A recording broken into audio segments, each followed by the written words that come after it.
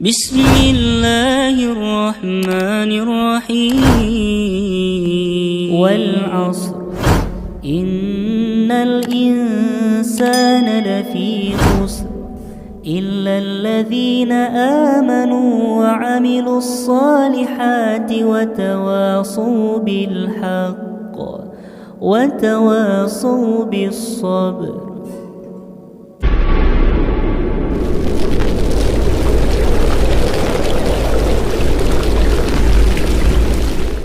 Kaum muslimin yang dirahmati oleh Allah Subhanahu wa taala, jadi rumah-rumah yang mungkin selama ini tidak pernah dibacakan ayat Al-Qur'an, maka biasakan kita mulai sekarang ini kita mulai perbanyak membaca Al-Qur'an di rumah kita.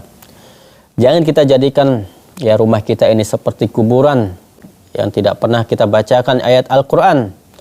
Yang mana kuburan itu dipenuhi dengan orang-orang yang mati, orang-orang yang sudah mati. Maka jangan sampai rumah kita juga seperti kuburan yang dipenuhi dengan hati-hati yang mati, ya, sehingga tidak ada ketaatan kepada Allah Subhanahu wa taala di rumah tersebut.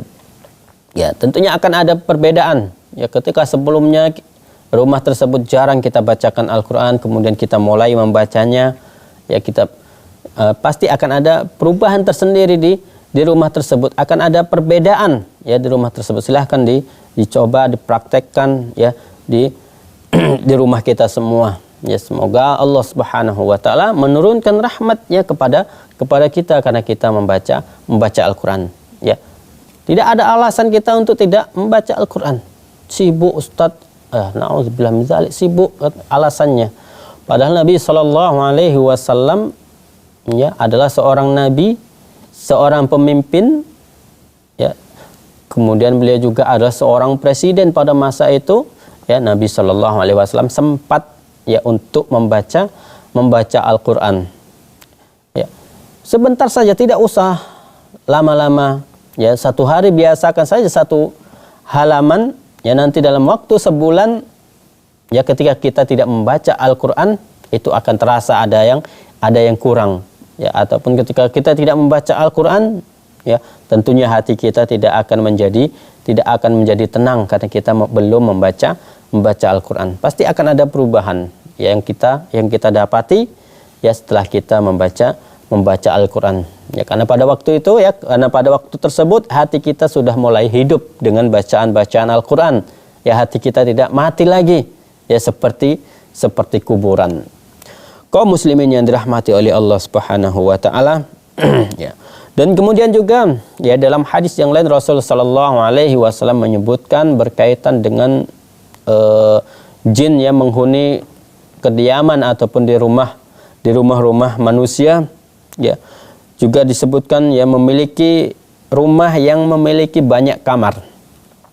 Rumah yang memiliki banyak kamar dan kamar tersebut itu tidak dihuni ataupun tidak ditempati. Jadi mereka bangsa jin itu sangat suka bermain-main di kamar tersebut. Ya. Sebagaimana dalam sebuah hadis Rasul sallallahu alaihi wasallam, ya hadis yang diriwayatkan oleh Imam Muslim dalam kitab sahihnya, disebutkan dari Jabir bin Abdullah bahwasanya Rasulullah sallallahu alaihi wasallam telah bersabda, yang artinya kamar pertama untuk laki-laki, ya. Kemudian kamar kedua untuk istrinya, suami istri. Ya, kemudian kamar ketiga adalah untuk tamu. Jadi kalau anak kita ada laki-laki dan perempuan, maka kita pisah.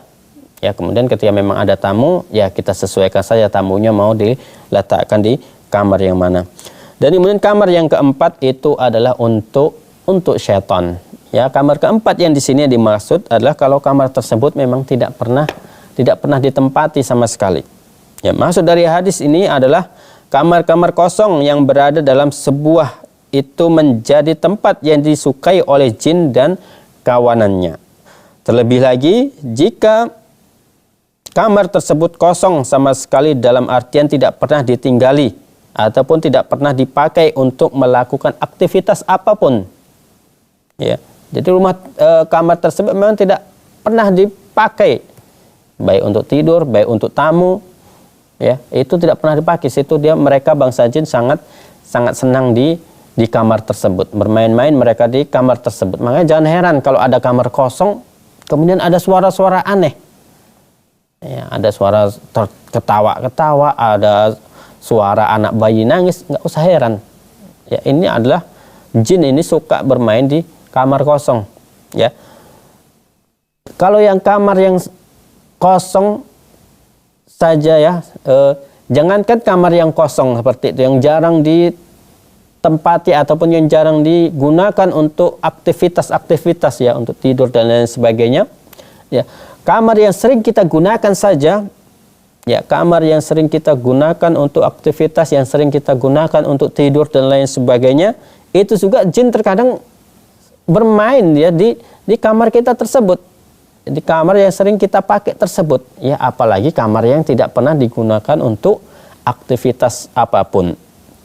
Ya, makanya dalam sebuah hadis Rasul Shallallahu Alaihi Wasallam ya memerintahkan kepada kita ketika kita akan beranjak untuk tidur, ya, dalam sebuah hadis sebutkan, ya, apabila salah seorang di antara kalian bangun dari tempat tidurnya lalu kembali lagi, maka hendaknya dia membersihkannya dengan mengibaskan ujung sarungnya 3 kali. Sebab dia tidak tahu apa yang terjadi padanya sesudah dia tinggalkan. Ya, ini adalah yang diperintahkan oleh Rasul Shallallahu Alaihi Wasallam. Sebelum kita tidur, kita bersihkan, kita kibas-kibaskan terlebih dahulu tempat tidur kita. Bisa dengan menggunakan kain, ya, bisa juga dengan menggunakan sapu lidi, ya. Kaum muslimin yang dirahmati oleh Allah Subhanahu wa taala, ya, jadi kita sebagai kaum muslimin jangan kita biarkan ya kamar kita ya ada kamar yang tidak dipakai untuk aktivitas, ya, walaupun hanya sekali-sekali kita gunakanlah ya kamar tersebut untuk aktivitas, ya, walaupun sempat kita bersihkan saja, minimal kita bersihkan kamar tersebut sehingga kita nantinya tidak mendengarkan ya suara-suara yang aneh-aneh ya dari kamar tersebut, karena memang kamar tersebut adalah kamar yang kosong, ya. Apalagi yang sering ini mereka bangsa jin juga senang di gudang. Kayaknya bisa gudang ini memang agak jauh dari rumah ataupun minimal ya paling belakang lah kalau kita memang membuat gudang, karena tempat-tempat yang kosong ini sangat disukai oleh mereka bangsa jin. Mereka sangat suka di tempat-tempat yang kosong, ya. Jadi hendaknya sebagai kaum muslimin kita tidak membiarkan kamar tersebut kosong. Gunakanlah untuk beraktivitas, ya, terutama sekali aktivitas untuk mengingat Allah Subhanahu wa taala. Dengan demikian maka jin yang hendak menempati ruang tersebut akan menjauh. Ya, jadi kalau misalnya kita sudah ada misalnya kamar ini kosong, ya, bisa kita gunakan kamar tersebut khusus untuk sholat misalnya, ataupun khusus kita gunakan kamar tersebut untuk membaca buku, ataupun kita gunakan kamar tersebut khusus untuk membaca Al-Quran, tidak masalah, ya. Tidak diperbolehkan kita membuat tempat khusus untuk sholat di situ, ya, kita buat musola kecil lah di rumah kita untuk kita biasakan untuk sholat sunnah, ya, untuk membaca Al-Quran, untuk mengkaji ilmu, ya, untuk hal-hal yang lainnya lah yang bisa untuk ketaatan kepada Allah Subhanahu wa taala. Jangan kita biarkan kamar tersebut kamar yang kosong, malah kamar tersebut menjadi gudang. Ya, padahal kamar tersebut sangat layak untuk ditempati, tapi malah dia biarkan kosong sehingga kamar tersebut kotor, ya. Dan disitulah mereka bangsa jin suka ya tinggal di rumah tersebut. Ya, kaum muslimin yang dirahmati oleh Allah Subhanahu wa taala, kemudian kita lanjutkan sedikit lagi ya dari buku ini. Penulis menyebutkan ya sebuah kisah ya dari Sa'ad bin Abi Waqqas.